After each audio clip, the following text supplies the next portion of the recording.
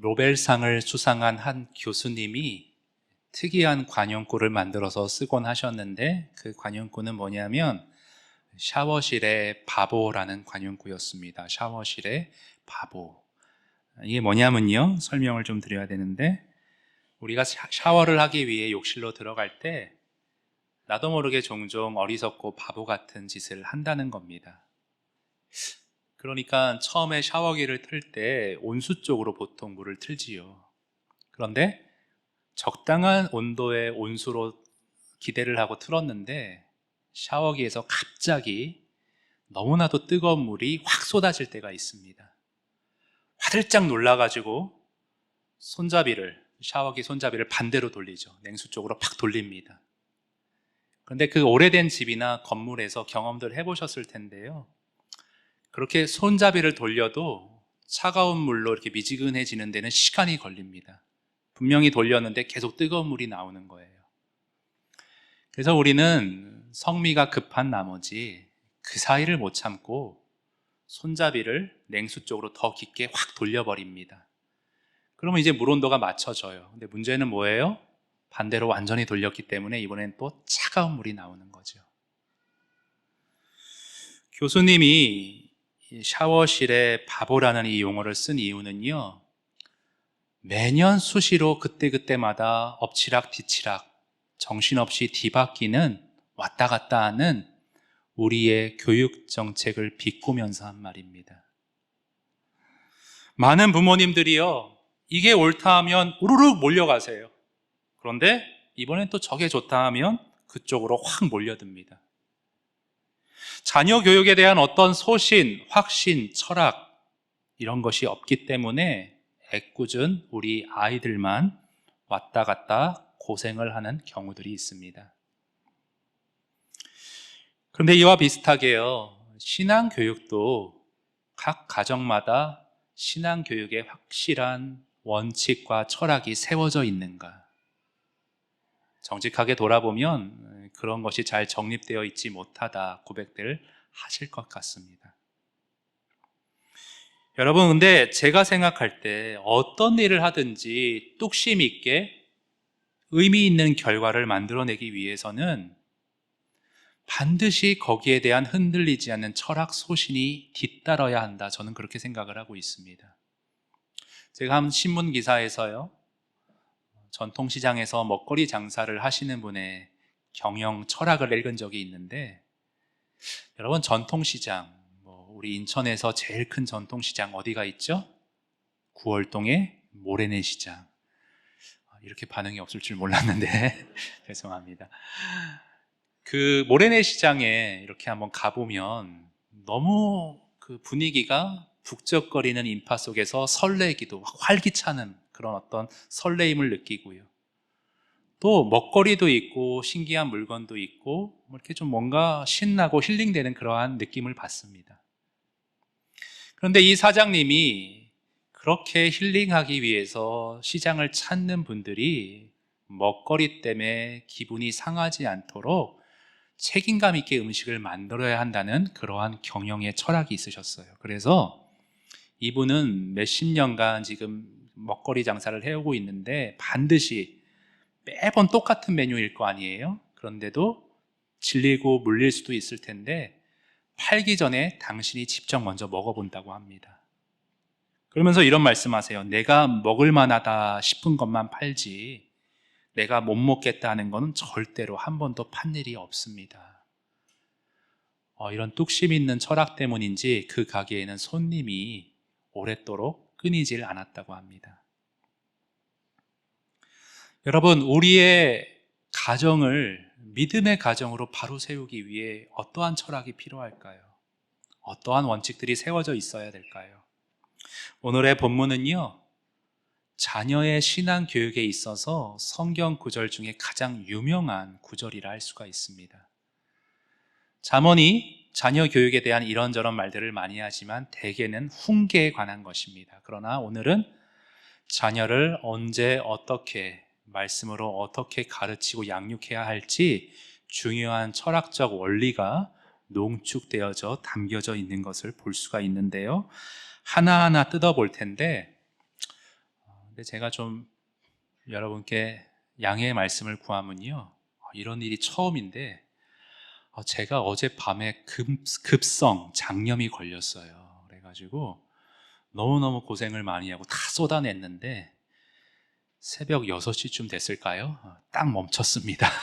그래서 오늘 올 수 있었는데, 핑계 대고자 하는 것은 뭐냐면 밤새 준비가 조금 미흡하게 되었습니다. 그래서 좀 횡설수설할 수 있는데요, 뒤에 자막은 제가 필요할 때만, 말할 때만 띄워주시고요. 한번 22장 6절 말씀 그래도 보도록 하겠습니다. 보시면요, 마땅히 행할 길을 아이에게 가르치라 되어 있는데요, 먼저 이 구절을 이해할 때 유심히 보아야 할 게 뭐냐면, 마땅히 행할 길이 무엇을 뜻하는가? 마땅히 행할 길, 도덕을 뜻하는가? 아니면 세상살이에 필요한 지혜를 뜻하는가? 뭘 뜻하는가?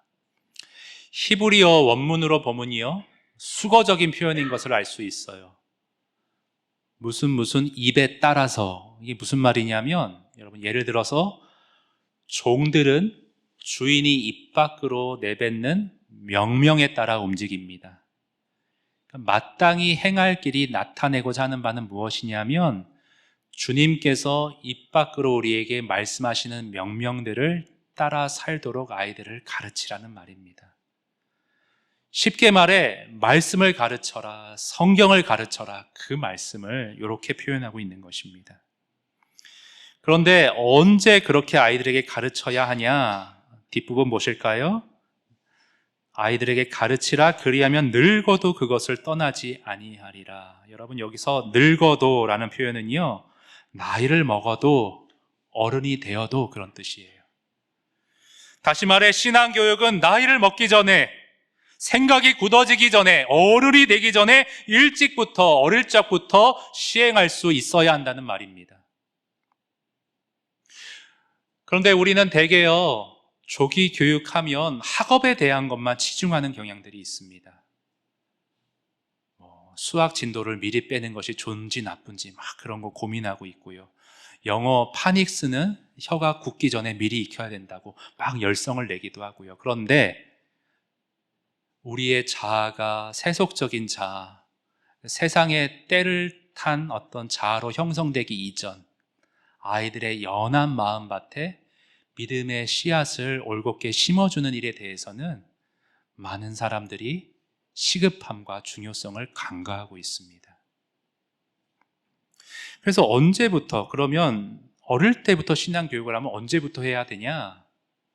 말씀 암송으로 유명한 여운학 장로님이라는 분이 계십니다. 그분은 뱃속에서 태교할 때부터 말씀 암송을 엄마가 하고 아빠가 하고 말씀을 읽음으로 말씀 태교를 뱃속에서부터 시작해야 한다 주장을 하세요. 근데 우리 가운데 많은 사람들은요, 그냥 아이들이 어릴 때는 삐약삐약 교회 가자 그러면 잘 따라옵니다. 친구들이 있고 간식이 있고 잘 놀아요. 성경학교 너무너무 재밌대요. 그런데 그래서 우리 아이는 교회에서 신앙이 잘 자라고 있구나. 근데 애들이 금세 크지 않습니까? 어느 날 요만했던 애가 갑자기 쑥 커요. 그러더니 머리까지 커가지고, 왜 내가 엄마 아빠의 신앙을 강요받아야 돼? 왜 내가 교회 가야 돼? 안 간다고 선언을 합니다. 그럼 당황하는 거죠. 그래서 어릴 때부터 신앙교육을 마땅히 행할 길, 말씀으로 잘 양육할 필요가 있습니다. 그런데요, 오늘 본문에서 우리가 제일 유심히 봐야 될 부분은 뭐냐 하면, 이 가르치라, 이 동사를 좀 유심히 봐주시기 원합니다. 가르치라. 우리는 가르친다 하면 칠판에 판서에서 티칭, 지식적인 전달을 쉽게 생각합니다. 그러나 이 히브리어 동사가 성경 다른 곳에서 어떻게 쓰였는가, 열왕기상 8장 말씀 한번 화면에서 보시겠는데요, 띄워주시겠어요? 열왕기상 8장 말씀 한번 같이 읽어볼까요? 시작. 이와 같이 왕과 모든 이스라엘 자손이 여호와의 성전에 봉헌식을 행하였는데, 봉헌식을 행하였다, 헌납하였다, 헌신하였다, 이 단어가요, 가르치다라는 동사와 같은 어근으로 쓰였습니다. 그러니까 잠언 22장 6절에서 가르치라, 말씀을 가르치라 했을 때 단지 지식적으로 성경 퀴즈 대회, 야곱의 두 아들이 누군가 그런 차원이 아니고요. 자녀가 삶을 하나님께 헌신할 수 있도록, 다 드릴 수 있도록 그렇게 양육하여라. 조금 더 풀어 말하면 자녀를 훈련시켜라, 낳아라, 제자 훈련시켜라. 그런 의미로 이 가르치다라는 동사가 쓰인 것을 볼 수가 있습니다. 여러분, 우리 교회는요, 목회 철학이 제자 훈련 목회 철학을 가지고 있습니다. 많은 목사님들이 목회를 이것도 해보고 저것도 해보고 하는 목사님들 계세요. 어머니 기도회도 해보고 알파 코스 이런 것도 해보고 저런 것도 해보고 이런 전도 프로그램도 해보고. 그러나 저는요, 일관되게 한 가지입니다. 우리 교회의 목회 철학은 제자 훈련입니다. 그래서 아직 갈 길이 멀지만 저는 우리 교회의 다락방 수가 더 많아지고 참여 인원이 많아지길 바라요. 제자 훈련의 꽃은 여러분 다락방입니다. 우리 교회 다락방은요, 단순히 인원을 관리하거나 교제 모임 차원이 아니에요. 우리 교회 다락방은 제자 훈련의 절정으로 말씀을 가지고 치열하게 고민하고 단지 이해하는 차원을 넘어서 내 삶에 이 말씀을 어떻게 접목할까, 어떻게 적용할까, 그것을 나 혼자 어렵기 때문에 누군가와 같이 상의하고 누군가의 삶을 통해 도전받고 나도 배우고 그렇게 내 존재와 삶으로 말씀을 습득해가는 그 제자 훈련의 성과는 다락방에서 일어납니다. 저는 우리 자녀들을 양육할 때도 이런 어떤 메커니즘으로, 이런 원리로 똑같이 일관되게 샤워기의 손잡이처럼 이리저리 왔다 갔다 하는 게 아니고요, 제자 훈련 목회 철학의 어떤 그런 원리로, 원칙으로, 철학으로 우리 자녀들을 가르치고 훈련시킬 수 있기를 원합니다. 그래서 오늘 제안해 드리는 게요, 가정 예배를 여러분 한번 시작해 보십시오. 제가 이번 주 주보를 숨은 그림 찾기처럼 유심히 본 분들은 아시겠지만 새벽 기도 위에 주일 저녁 예배는 가정 예배로 드립니다라는 문구를 하나 집어넣습니다. 평일날 다들 바쁘시니까 자녀들도 시간 맞추기 어려우니까 주일 오후나 저녁에 가정 예배를 드려보세요. 저는 어릴 때 아버님이 이렇게 교재 같은 게 잘 쓰여지고 편찬된 그런 시절이 아니었기 때문에 가정 예배 단순했습니다. 성경 10장을 세 가족이 돌아가면서 계속 읽었어요. 얼마나 힘들던지요. 근데 유익한 거 하나는요, 소리내서 말씀을 막 구약에 발음 어려운 것들도 있잖아요. 막 읽다 보니까 국어 시간에 책 읽기는 잘한다고 제가 칭찬받았습니다. 근데 저는 조금 다른 형태로 우리 아이들이, 저는 준서, 지우를 참 자유롭게 키우는 편이지만 저녁에 반드시 큐티는 하도록 그건 철칙으로 지키게 하거든요. 개인이 큐티할 뿐 아니라 일주일에 한 번은 큐티 본문 중 하나, 그 가정 예배라고 나와 있는 게 있습니다. 작년 날마다 솟는 샘물 큐티집, 아이들 거 다 본문이 맞춰져 있습니다. 그거 하나를 아이들과 공동으로 같이 딱 접해가지고 5월 5일 오늘 거는 과부의 두 랩돈 본문이에요. 아이들 교재를 보시면요, 가정예배지 펼쳐보면 이렇게 돼 있습니다. 가족 중 한 명이 기도하세요. 그리고 나눔 질문이 있어요. 평소에 어떠한 마음으로 헌금을 하세요? 그럼 한번 얘기해보는 거예요. 준서야, 너는 헌금할 때 어떠한 마음으로 했니? 아무 생각 없는데? 그래도 좋아요. 그렇게 한번 인지하는 거니까. 그러면 아무 생각 없이 그냥 아빠가 주는 대로 했구나. 그러면 오늘 말씀을 읽어보고 어떤 마음으로 헌금해야 될지 다시금 점검해 볼까? 본문 한번 읽고 아이들 눈높이에 맞게 설교문이 짧게 나와 있습니다. 근데 저는 이제 초등학생, 더 어린 동생 지우 3학년짜리가 있으니까 그 아이 교재에 있는 걸로 제일 눈높이를 맞춰서 읽을 거예요. 내용이 쉽지 변화된 건 아니에요. 똑같아요. 작년, 초등, 고학년 다 내용은 똑같은데 표현이 좀 쉬울 따름입니다. 그러면 그 설교문 읽고 두 가지 질문이 나옵니다. 오늘 뭐를 느꼈니? 그리고 내 헌금 생활을 어떻게 조금 개선해 가야겠니? 이런 나눔들을 아이들하고 하는 거예요. 그래서 단순히 과부가 얼마를 하나님께 드렸죠? 뭐 이렇게 그런 퀴즈 그런 게 아니고 정말 내 삶에 접목해서 말씀을 어떻게 적용해야 할지, 헌금 생활을 어떻게 바꿔야 될지 한 주 한 주 그렇게 아이들과 내 존재와 실제 삶으로 제자 훈련을 시켜 나가는 것입니다. 여러분, 제자 훈련은요, 성경 공부 빡세게 하는 거 절대 아니에요. 소그룹에서 이 말씀을 가지고 여러분 살다 보면 만약에 1년 동안 제자 훈련 한다고 쳐보세요. 힘든 일, 어려운 일들 생기잖아요. 그럼 그 지체를 놓고 이 말씀 놓고 이 상황 가운데 어떻게 우리가 살아가야 될까? 그러면 그 사람이 그 과정을 통해서 제자가 되는 거예요. 제가 장염으로, 급성 장염으로 어제 고생했다고 그랬는데 역시 사람은 몸이 아프면 기도가 간절해지는 것 같습니다. 주일날 전에 예배를 위해 간절히 기도하잖아요, 목사가.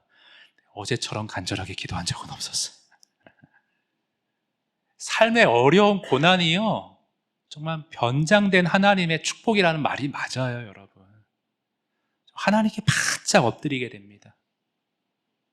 하나님께 간절히 매어 달리게 됩니다. 저는 준서와 신앙교육을 할 때 삶으로 하기 원하는데요. 최근에 아이가 운동장에서 친구랑 놀다가 친구가 다쳤어요. 울먹이면서 집에 들어오는 거예요. 아빠 어떻게 해야 될지 모르겠다고, 내가 실수로 친구 다치게 했다고, 어떻게 해야 될지 모르겠다고. 그래서 제가 일단 상황을 잘 듣고 아이 그쪽 다친 아이 부모님께 전화해서 만나러 가기로 했습니다. 준서가 두려운 거예요. 혼나면 어떡하지? 그래서 어떤 카페에서 만나기로 했는데 차를 타고 운전해서 갔어요. 내리기 전에 준서야, 잠깐 기도하고 가자.